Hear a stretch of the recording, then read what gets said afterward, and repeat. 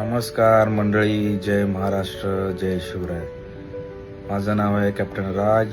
मी आजचा जो व्हिडिओ बनवतोय तर माझ्या शेतकरी बंधू भगिनी यांची मुलं जर मर्चंट नेव्हीमध्ये येण्याची इच्छा असेल त्यांच्यासाठी म्हणून हा व्हिडिओ बनवतोय. कारण जे आमचे गावचे शेतकरी बंधू भगिनी आहेत त्यांना असं वाटतं की आपण मर्चंट नेव्ही जॉईन करू शकतो की नाही करू शकतो. कारण हे खूप मोठं फील्ड आहे आणि ह्याची जर तुमच्याकडे चांगली माहिती नसेल तर ह्याच्यामध्ये साहजिक आहे की तुम्ही कोणी ना कुठेही तुम्ही फसू शकता.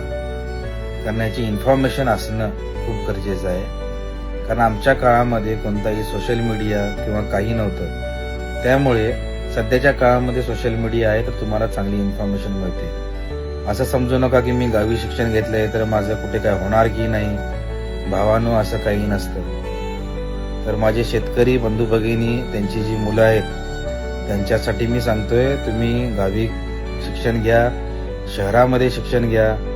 जर तुमचं एम नसेल, अँबिशन नसेल तर तुम्ही शिक्षण कुठेही घ्या, काय फायदा नाही होणार आहे. आणि तुमच्याकडे जर सेल्फ कॉन्फिडन्स चांगला असेल, तुमच्याकडे अँबिशन असेल, पण त्या व्यतिरिक्त महत्त्वाचं म्हणजे तुमच्याकडे प्रॉपर माहिती असणं ही खूप गरजेचं आहे. कोणत्याही फील्डमध्ये जाता तुमच्याकडे माहिती असली पाहिजे. तर काही आमचे जे बंधू भगिनी आहेत त्यांना असं वाटतं की आम्ही जाऊ तिकडे, कोण एजंट आम्हाला फसवेल का, ट्रेनिंग इन्स्टिट्यूट आम्हाला कोणतरी डुप्लिकेट भेटेल का आणि आम्ही तिकडे अडकू. कारण ऑब्विसली आहे, कारण का शेतकऱ्याचा मुलगा मुलगी आहे, ते मेहनतीचे पैसे आहेत. कारण त्यांना जी मेहनत आहे ते फक्त शेतकऱ्यालाच माहिती आहे, आपल्याला काय कळणार नाही आहे. कारण मला ती जाणीव आहे, मी शेतकऱ्याचा मुलगा आहे. भावानो, मी माझं करिअर जे आहे ते मी गावी, माझं शिक्षण जे आहे ते गावी झाले. मी 12वी सायन्स मी गावी छोट्या एका गावामध्ये माझं मी पूर्ण केलं. आणि मी ज्यावेळी मर्चंट नेव्हीमध्ये जॉईन करणार आहे त्याआधी मी आर्मीसाठी मी ट्राय करत होतो. पण ते करत असताना माझा एक मित्र कोइन्सिडेंटली मला भेटला आणि तो बोलला की तू मर्चंट नेव्हीला ट्राय कर, तिकडे पगार वगैरे चांगला आहे. म्हणून मी आमच्या गावच्या शेजारीचे गाव जे होतं तिथे माझ्या एका मित्राने त्याने कोर्स केला होता, मी त्याच्याकडे गेलो. त्याच्यानंतर मी त्याच्याकडे जेव्हा भेटलो जाऊन, त्यानंतर मला असं वाटलं की मी मर्चंट नेव्हीमध्ये जॉईन करू शकत नाही. कारण त्यानं मला रियालिटी सांगितली की कसे एजन्सी एजंट फसवतात आपल्याला, इथे नोकरीचा कसा प्रॉब्लेम होतो. पण भावानो, सध्याच्या काळामध्ये सोशल मीडिया आहे तर कोणत्या चांगल्या कंपन्या आहेत, किती मर्चंट नेव्हीमध्ये पगार आहे, कोणकोणत्या रँक आहे, त्याच्याबद्दल मी तुम्हाला पुढच्या व्हिडिओमध्ये सांगणार आहे. तर तुम्ही तुमचा सेल्फ कॉन्फिडन्स ठेवला पाहिजेत. आणि भावानो, तुम्ही जर कुठे जात असाल, कुठे इन्स्टिट्यूट जॉईन करत असाल, तुम्हाला डाऊट असेल तर तुम्ही एनी टाईम मला कमेंट करा, मी तुम्हाला रिप्लाय करतो. पण कोणत्याही एजंट एजन्सी ज्या फ्रॉड लोक आहेत त्यांच्यामध्ये तुम्ही फसू नका.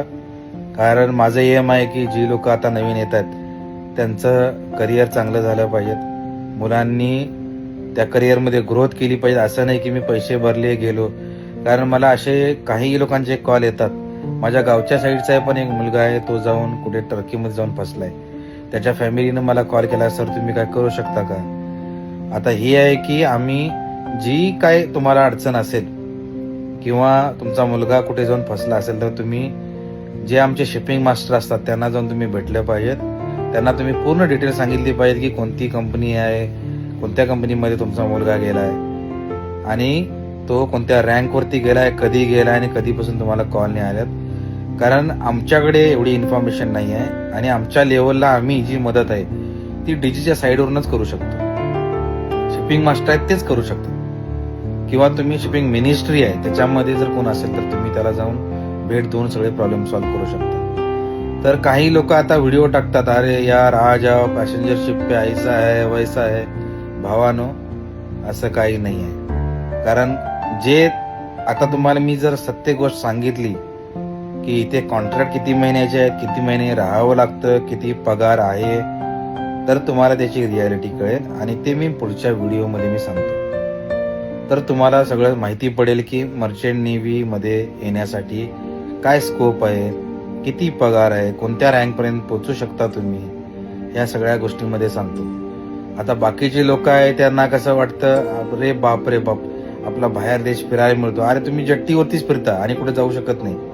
बाहेर देशामध्ये गेले तरी ते 50 किलोमीटरच्या आतमध्ये जातात. कारण ड्युटी टाईम आहे, त्या ड्युटी टाईमच्या आतमध्ये त्यांना शिपमध्ये येऊन काम करावं लागतं. तर किती ह्या करिअरमध्ये डिफिकल्टी आहे ते मी तुम्हाला पुढच्या व्हिडिओमध्ये एक्सप्लेन करणार आहे. म्हणून मी सांगतोय, माझा तुम्ही व्हिडिओ लाईक करा, शेअर करा, फॉलो करा आणि तुम्हाला काय डाऊट असेल तर तुम्ही मला माझ्या चॅनेलवरती जाऊन सबस्क्राईब करा आणि मी तुमचे जे कमेंट आहे त्यांना मी रिप्लाय करतो. जय हिंद, जय महाराष्ट्र.